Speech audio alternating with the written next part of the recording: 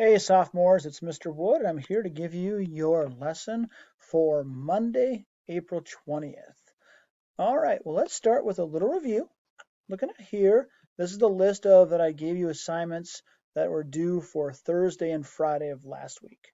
So we have the Colombian Exchange packet. Your notes should be done on that. Multiple choice, your SCAP should be turned in on turnin.com. Your Flipgrid questions should be turned in. Those are due Friday, 11:59. And also your CEE for the first writing assessment is also, all this is due at Friday, 11:59. Now, if you're not done with this and you don't know how to do it, I'm going to give you the quickest thing to do for that. Go to the website and go back to Wednesday, the 15th, where I put all the directions here, and watch the video that's linked right here on the website. And that'll give you directions on how you can get everything in and be totally caught up. But I'm going to start this video with our next steps for today's lesson, Monday, April 20th. So today we are going to work on the group graphic organizer for question 2. And the question is, the Colombian Exchange had many positive and negative effects for people from around the world. Well, more of a prompt, not a question.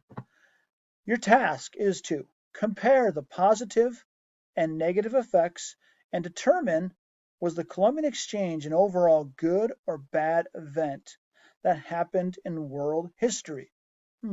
Positives and negatives.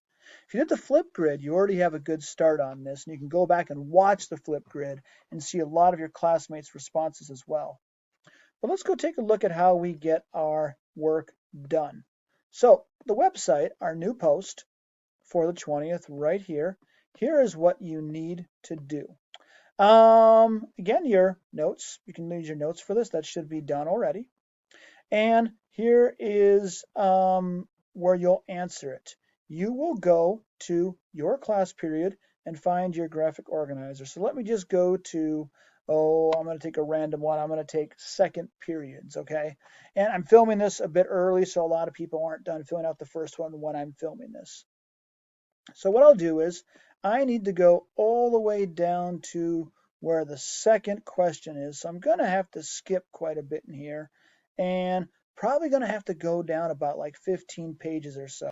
Actually, more than that. Here is question 2 on third hours, and this is actually on page number 20 right now. By the time you get it, it might be like page 30 or 35 by the time everybody fills out their information.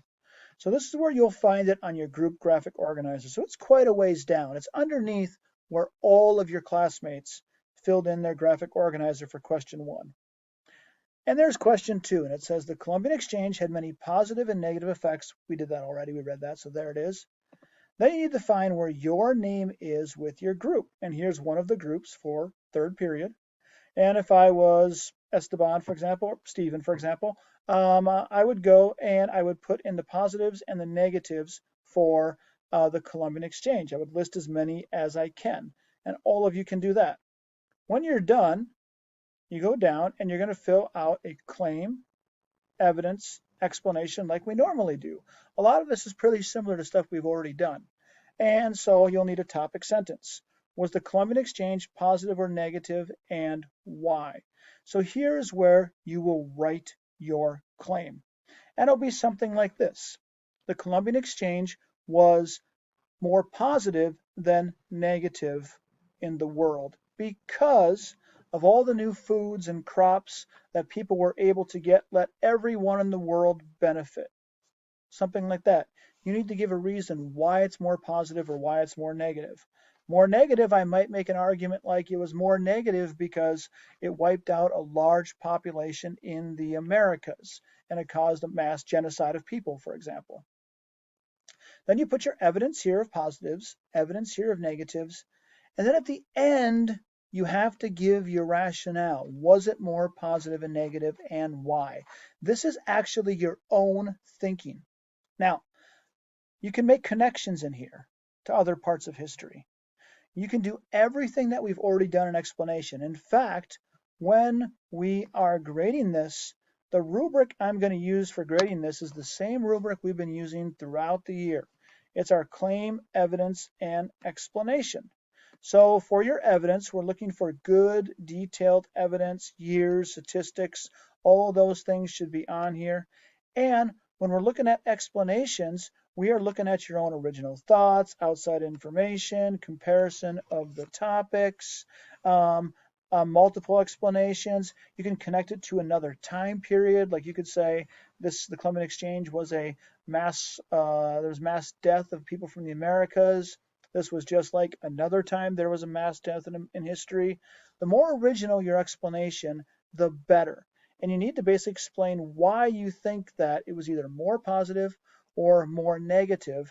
And I'll be using this rubric when I grade yours. And you'll be using this rubric when you grade each other, which is also going to happen at a later date in this assignment, probably looking at like Tuesday or Wednesday for that. So you'll fill in that graphic organizer. So again, how do I get there? You go to the website and you will find your class, and you're going to have to go down probably 20 pages, maybe 25 pages to find question 2 and find your name where it is and fill out your part. If you're stuck and you don't know what to do, well, then look at other people's graphic organizers on there. What are they already putting? And you can take an idea or two, just like we do when we compare and share in class. Now, please don't copy and paste someone else's ideas. That'll show up on turnitin.com, and then it becomes a big plagiarism thing, which we don't want to have problems with. All right, last thing I want to show you is right here. And what this is your actual rubric, how the grade's going to go for this chapter. And I want you to be able to see this pretty early on here before you turn it in. You're going to get 6 points for doing your notes in your graphic organizer and turning those in on turnitin.com. Awesome.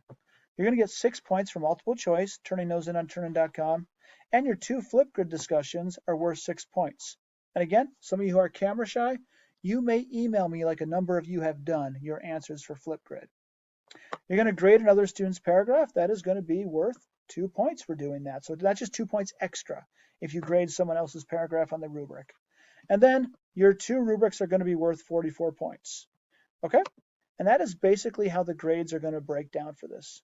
So go ahead, go to our second question on your class rubric and fill that out to the best of your ability. And I'll have a new video for you all tomorrow.